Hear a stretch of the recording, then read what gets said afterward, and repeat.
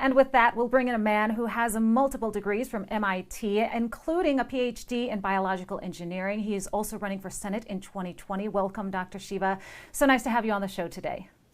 Great to be here, Christina. Hope you're well. Absolutely. Okay, so we've all been held as a captive audience, right? Watching President Donald Trump handle the coronavirus outbreak, the situation. He has received both praise and criticism. What do you think? How has the president handled the outbreak? Well, he's handled, as the best he could, given the fact that he's surrounded by sharks and people who are not really advising him well on the science side of it. What I'm talking about is Fauci. And that's what's unfortunate because, the president went through the Russian collusion nonsense that he had to go through. Then he had to go through the impeachment thing. And now he's having to deal with this coronavirus. And unfortunately, this guy Fauci has been in this environment for nearly 4 decades across multiple presidents. And he's essentially embedded into the scientific establishment, which has created an unfortunate lie about the immune system and an unfortunate lie about the solution to something like this called a coronavirus, or more importantly, infectious disease, without any real emphasis, which is a real issue, about the fact that it is a overactive, dysfunctional, weakened immune system that overreacts, and that's what causes damage to the body. And unfortunately, Fauci has not talked about that because the truth of that leads to a solution which has nothing to do with mandating vaccines and shutting down the country. And that's what's unfortunate. Absolutely. And I'm glad you said solution. I'm going to get to that a little later in the discussion. But many people, you are talking about Dr. Fauci right now. Many people are questioning both Dr. Fauci and Dr. Birx when it comes to these models that continue to change and their motives, which you kind of touched on a little bit. What is your take on these doctors that are advising the president and why they're advising him the way that they are? Look, if you look, Christina, at the typical MD, many of them go into wanting to become a doctor out of some noble service. But fundamentally, the medical school education is really a big pharma medical education where the doctor is really trained, if this, then this. And the then is typically a pharmaceutical drug or some harsh medical intervention. Now, if you look at someone like a Fauci and Birx, they're sort of at the top of their quote unquote game, which means they're highly embedded into the big pharma model of medical education and the big pharma model of what the solution is. And that solution is typically a direct line from this disease, find typically a virus or a bug, and then recommend a vaccine or some harsh chemical solution. And most of that has to do with profiting the very, very big pharma companies. And so if you look at someone like Fauci, he's a guy who architected the big lie that HIV is responsible for AIDS. And it's a much deeper discussion, but he built his entire career on that, not talking about the fact it's the suppression of the immune system. When people's immune system gets suppressed, you can react to all sorts of exogenous things coming in. So this gentleman, and by the way, he prides himself on connections with Hollywood and Elton John and all this. And I think there's a group trying to make him the sexiest man alive on people. But you're talking about a guy who's embedded into the deep state. And he's your typical example of the worst of the modern scientific establishment. Okay, well, let's take a look at this right now. H1N1, the swine flu, right? Back then, there was a completely different reaction to it. Dr. Fauci was in the administration at that time. President Barack Obama, he had a completely different reaction. Fauci had different recommendations that he's having now. Even the media coverage has been completely different from the swine flu now to the coronavirus. Why? Why do you see such a change? Well, look, if you take a systems approach forces you to integrate multiple pieces. There's a political piece here, there's a health piece here, and there's the economic piece here. In the case of Barack Obama, there wasn't a quote unquote overreaction, right? We didn't shut down the country. We had people, the media essentially protected.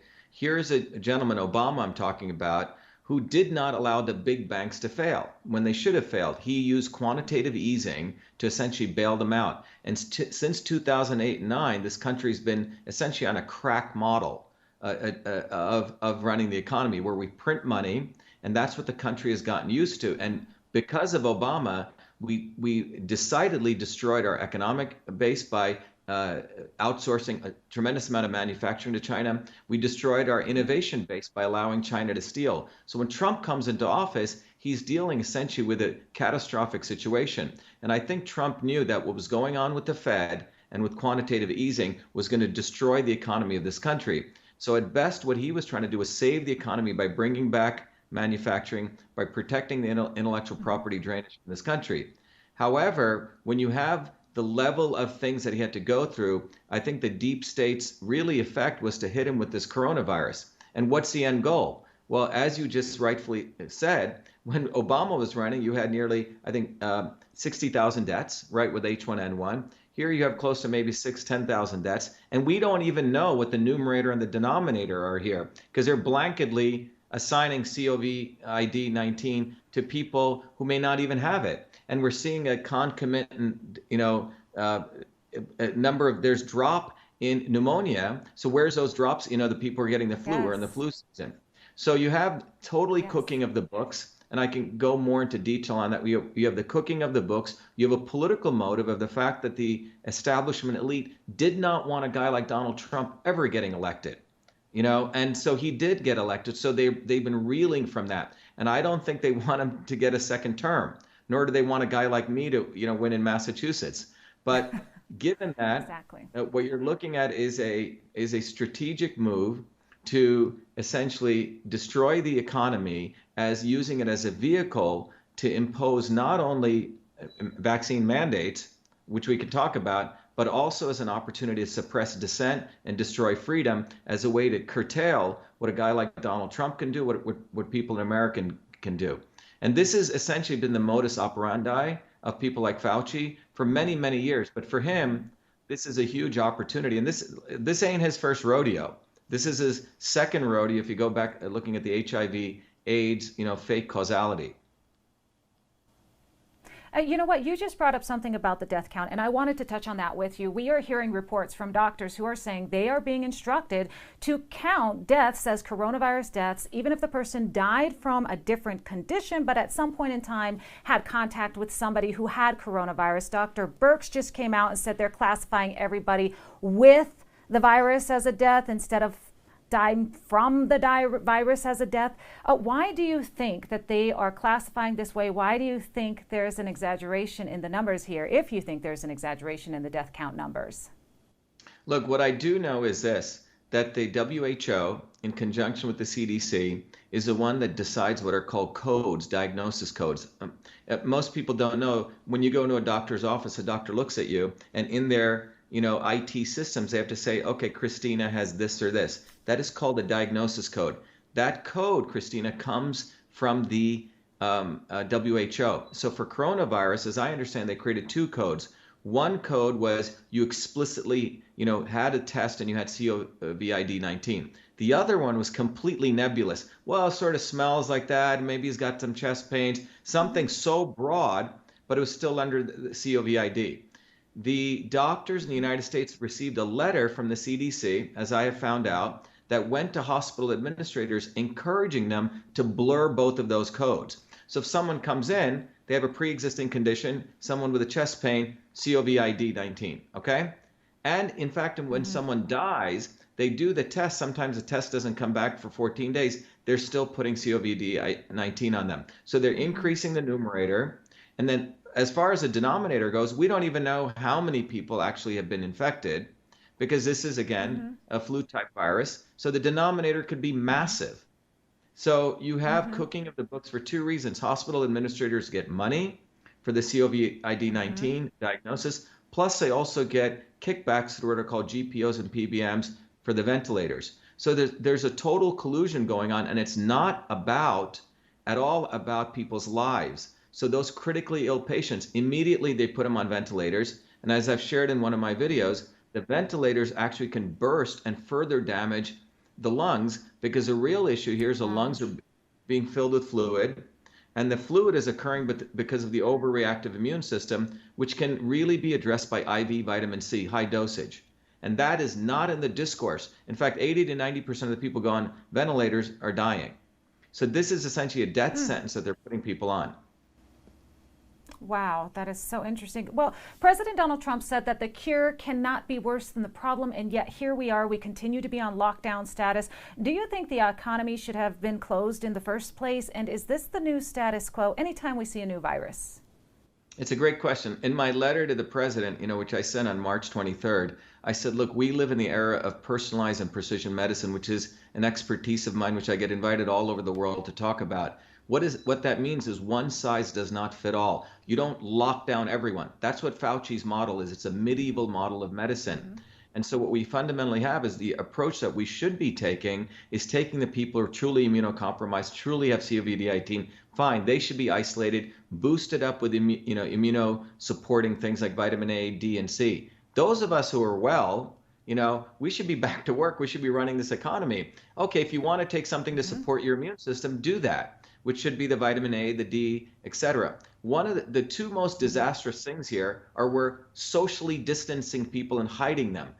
Go look at the research, a landmark study. When you isolate people, that is one of worse than the detriments from obesity, smoking, and heart disease. Social isolation actually leads to upregulation of inflammatory compounds in the body and down-regulation of antiviral compounds. So you're basically increasing the person for viral infection by the amount of stress you're causing them from social isolation. And separate from that, we're telling people not to go out in the sun, which is vitamin D. Vitamin D is an antimicrobial. Mm-hmm. So this is essentially a recipe for actually hurting people, not really supporting them, but all brought to you under the rubric, and media says it over and over again, social distancing, flatten the curve.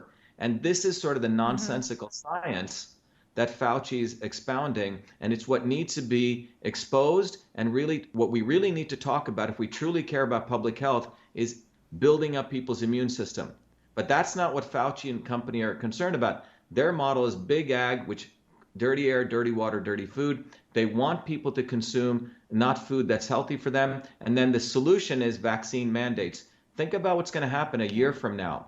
When you go to get your driver's license, Christina, where's your vaccine card? And Fauci's already talking about that. Yes. Can you go to a gym? Oh, yes, he is. This is about developing a police state. I hate to use these very harsh terms, but that is what we're talking about, control of the individual. It's a very, very dangerous time, but it's also an opportunity for Americans to go back to our roots, which is freedom, which is basically listening to truth and basically starting to, take back what is really ours, which is our truth, freedom, and health. And Fauci's not about that. He serves the masters of Bill Gates, the Chan Zuckerbergs, the Clintons, the CDC, the WHO, and in fact, the Chinese. This is what we're seeing before in front of our eyes is exporting Chinese model of governance, top down, controlling the last oasis of freedom, which is our human body. And it's very concerning. It's very scary, as well as social distancing. And we just have a little bit of time left here. Another thing they're pushing are these masks and these gloves. And I'm seeing people making these makeshift homemade masks and literally putting their lives in the hands of these masks and gloves. How well do these actually work? And you touched on it just briefly, but what is the real solution to coronavirus? Look, the real solution, Christina, as any solution to any pathogen, we need to understand that the medical establishment, the pharmaceutical medical establishment for hundreds of years has built its entire foundation of always blaming a virus or a germ. Always. So when scurvy came around, remember scurvy when people's teeth would fall out and they had bleeding gums? Oh, it must be a virus. Well, it was deficiency in vitamin C 100 years later, when even people on the ground knew it. Mm-hmm. When pellagra came out, which was when people's skin and everything would get all dry, horribly dry, and like eczema, ultimate conditions. Oh, it must be the Italians who are coming over the ship. They're bringing some dirty germs, and we need to quarantine them. Well, it turned out it was a deficiency in niacin, so on. So what we're seeing here is the virus hunters, the bacterial hunters creating fear. So the real solution is, number one, is to recognize that the immune system is quite strong. We're actually a walking ecosystem of germs, 380 trillion viruses, 60 trillion bacteria among the 6 trillion cells. There's viruses all around us. The reality is a strong immune system always handles this beautifully. It's the weakened immune system. So all those masks and all this stuff, people didn't wear this for humanity, okay? The issue is, how do you beef up the immune system? As I wrote to the president, vitamin D. Vitamin D is an antimicrobial. Why do you think in many of these hot countries we don't hear any about this? Vitamin A, which is all from the rich leafy green, dark green vegetables and fruits. That supports your body to create keratin, cytokeratins through vitamin A, which protects your cells. So these are the two foundation pillars. Yet Fauci and Birx do not talk anything about that because a V in vitamin is an anathema for their vaccines. And same with the V in vitamin C is an anathema for their ventilators. You see, it's ventilators and vaccines. Yep. And this is big pharma. And these guys need to be fully exposed. And in my view, people like Fauci need to be indicted for a lot of serious scientific crimes. That's why when we put out this petition, Fire Fauci, I think close to 50,000 people have signed it in 48 hours. And at least we have close to 1,000 medical doctors from all over the world.